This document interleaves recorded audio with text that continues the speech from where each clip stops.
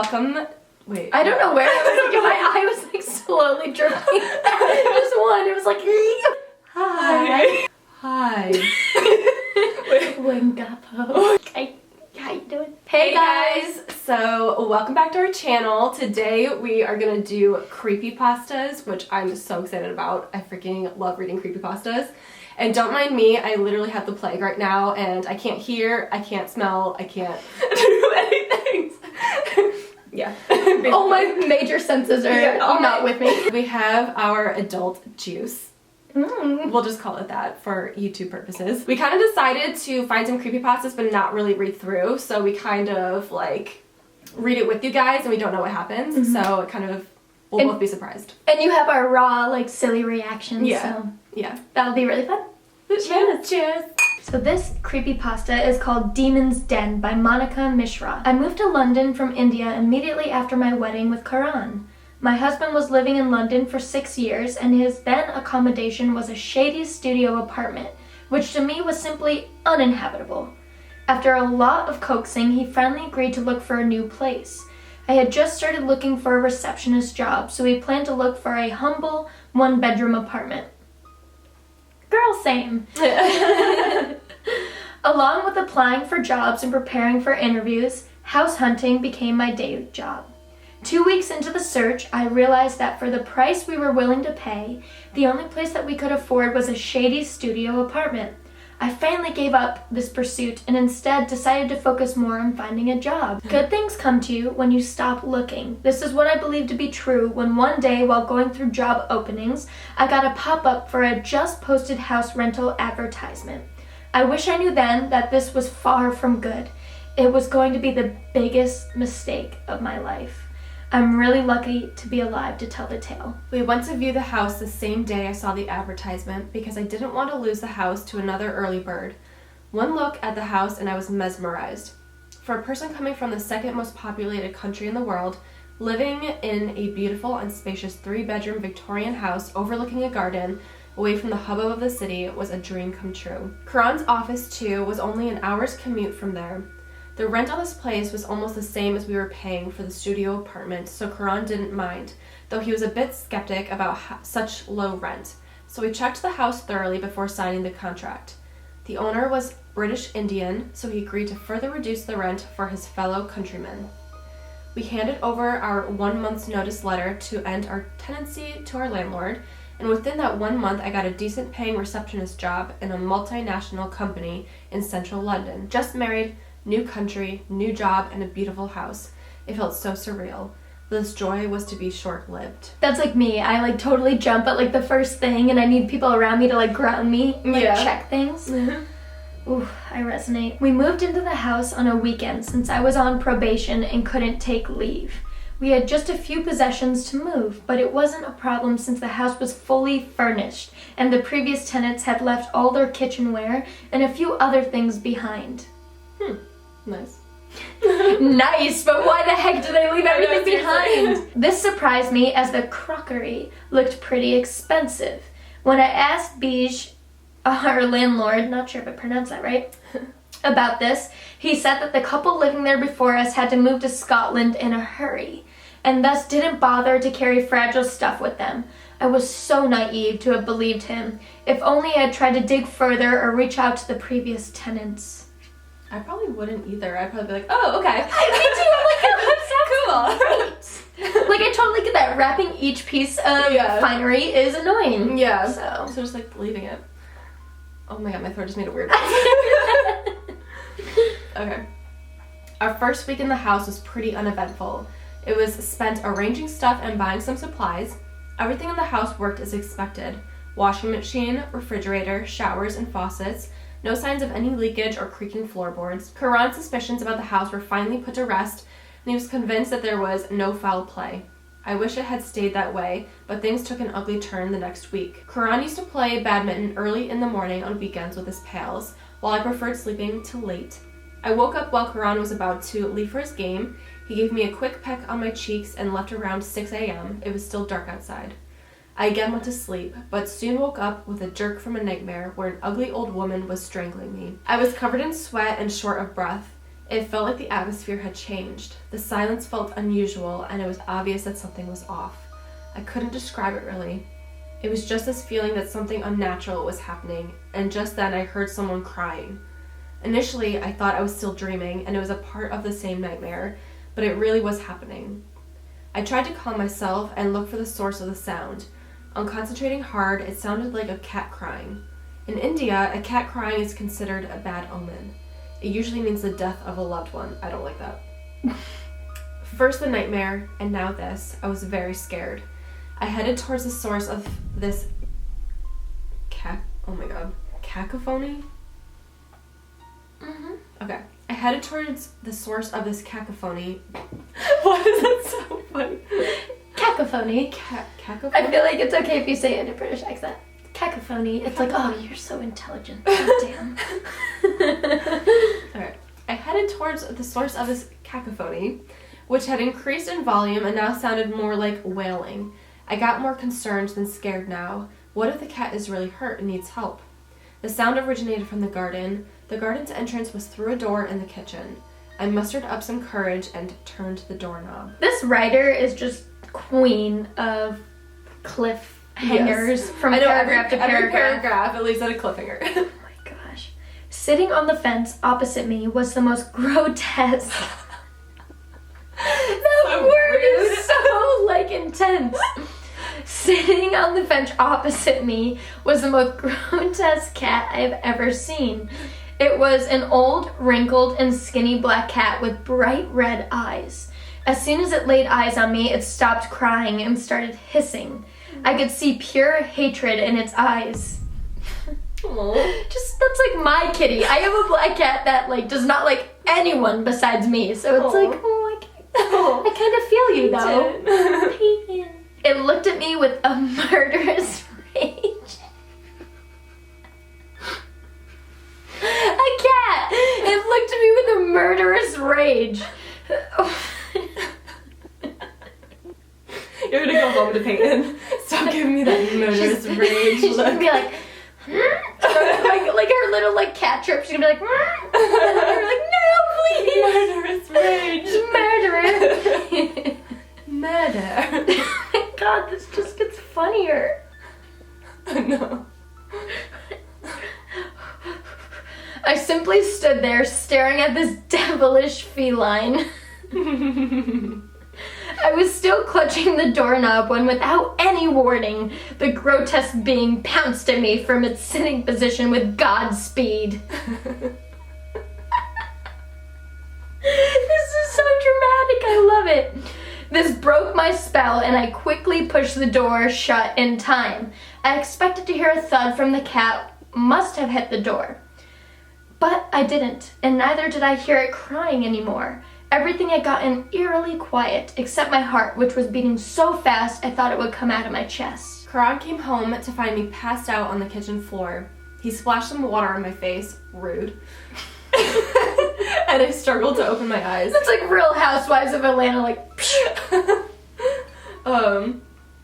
I felt very weak, and standing up on my own took a lot of effort. I told Karan everything that had happened, but I could see it was hard for him to believe that a cat was planning to murder me. I'm just she's freaking out over an interaction with the cat. The cat just didn't with you, and that's that. I couldn't blame him for that. Karan helped me to calm down by suggesting we call animal control, and they will take care of the stray cat. I assumed it was a stray as it was so skinny and dirty. After talking to animal control, Karan took me to the movies, followed by a lavish dinner to take my mind off the nasty episode.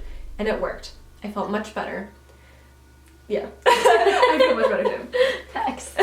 We came back pretty late in the evening and directly went to bed. Sleep came almost instantly as I was very exhausted. Around 3 a.m, I was woken up to whispering noises. It's always 3 a.m. Always 3. At first, I thought maybe Karan couldn't sleep and is watching TV, but then I turned and saw he was out cold. I sat still on my bed and tried to figure out what I was hearing. It sounded like a woman chanting something in Sanskrit.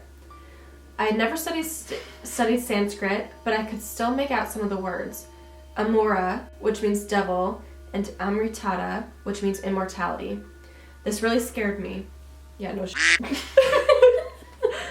Considering all that was happening, I could only think of one thing.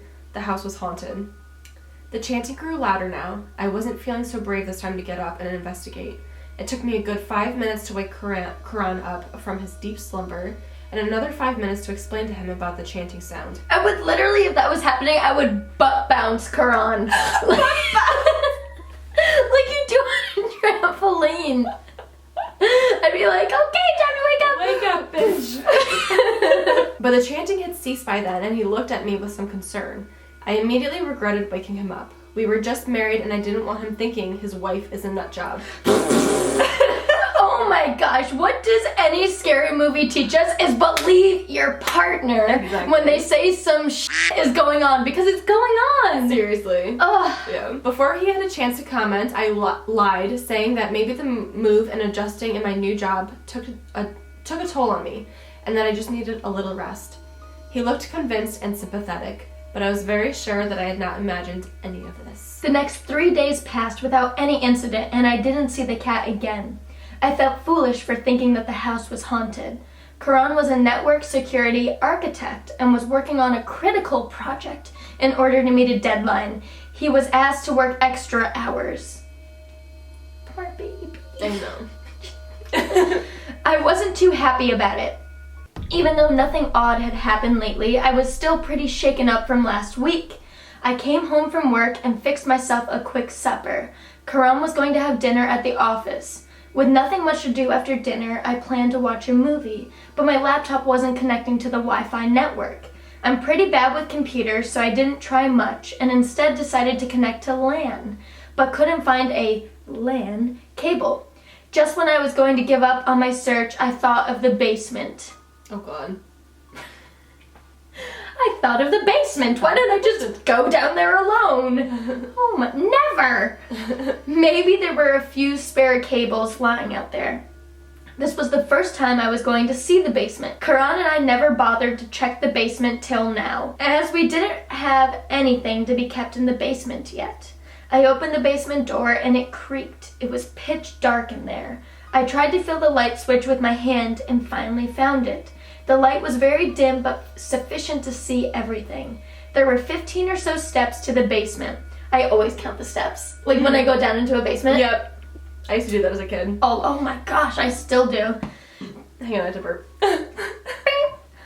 I silently burped earlier, but I was really skillful. The wooden steps creaked under my weight. The basement was pretty big and all of the stuff was covered in a white sheet. Don't like it. Which was more brown than white and completely covered in dust. I lifted one of the covers and what I saw filled me with dread. Lying on a big wooden table were many locks of hair tied together by a red thread, nails, human bones, pin-stuffed dolls, and a skull. Nope. Nope. I go run upstairs before anything can grab me. There were cardboards with ancient symbols and a terrifying picture of a devilish creature sketched on them in what seemed like blood.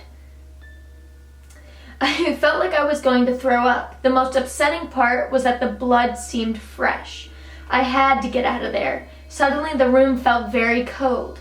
The hair on the back of my neck stood up and I froze. I knew that then that someone was watching me. I could smell rot and the air had turned putrid. Not a good sign. That's bad signs. Yeah.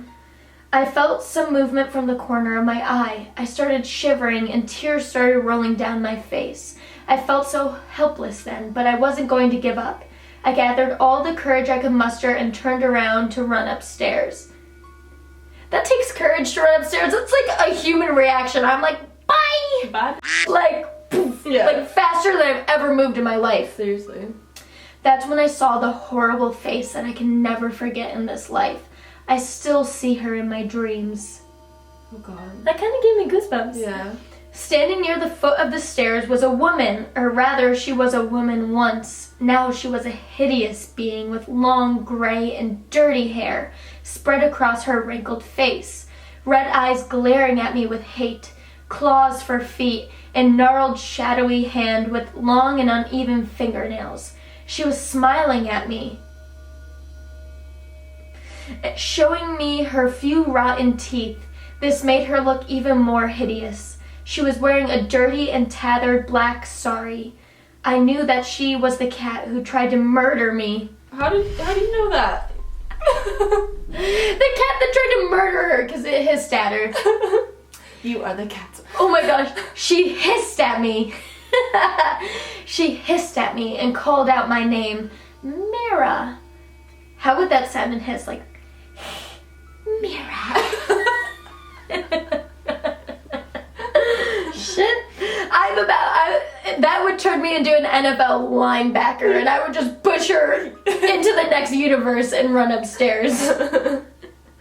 It came out as a shriek and my blood ran cold. I knew then that I can't get out of here alive.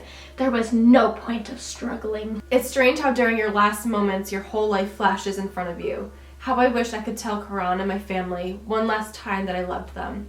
The hideous thing once again pounced at me, and this time there was no door to shut. I fell on the floor and she started strangling me while chanting some mantras.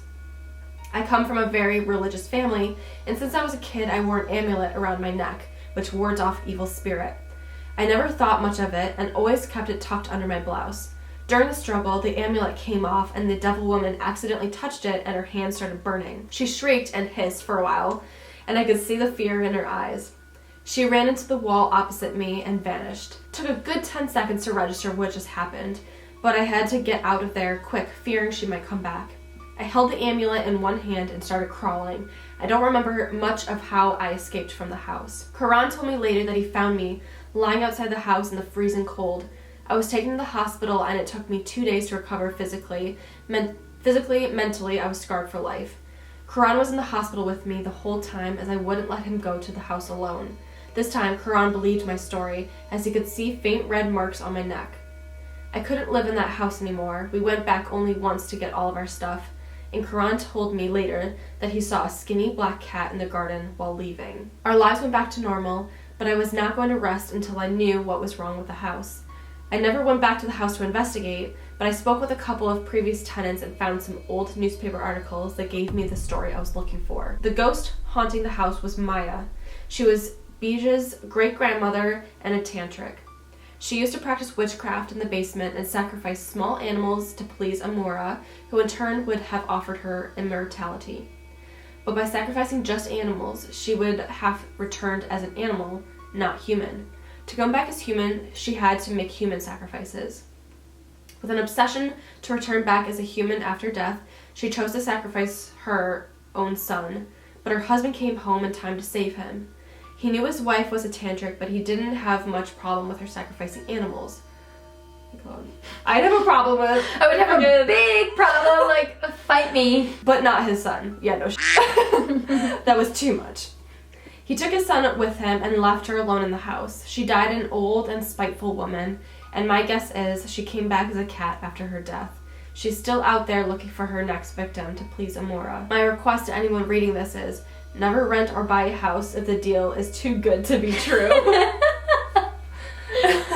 Thanks for the... Honestly, a very good tip. Yeah. Okay, I love this story. Although we like poke fun at it sometimes, it was so vivid and you could picture what was going on. And that would be very scary. That would be scary. I mean, I still don't understand how like a cat could make you feel like it wanted to murder you, like punt that shit across the yard.